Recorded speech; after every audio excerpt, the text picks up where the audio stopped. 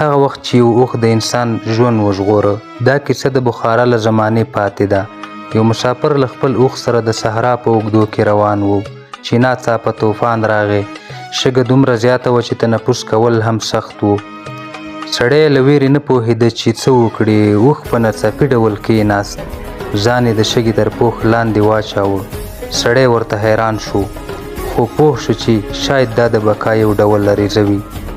سړی هم د اوښ تر خوا کېناست، سر یې د اوښ د بدن تر سیوري لاندې وساته. طوفان 3 ساعته دوام وکړ. کله چې ودرېد، ټوله صحرا د شګو لاندې ښخه شوې وه، خو دا سړی او اوښ ژوندي پاتې شول. کله چې سړی بخارا ته ورسېد، خلکو ترې پوښتنه وکړه چې ته څنګه ژوندی پاتې شوی یې؟ ده وویل زما اوښ پوه شو چې طبیعت بدل شوی او زه یې وژغورلم. هغه زما استاد شو، نه یوازې ملګری. دا کیسه وروسته د بخارا د ادب برخه شوه او خلکو به ویل چې که ته حیوان ته وفادار وي، حیوان دې هم یوازې نه پرېږدي.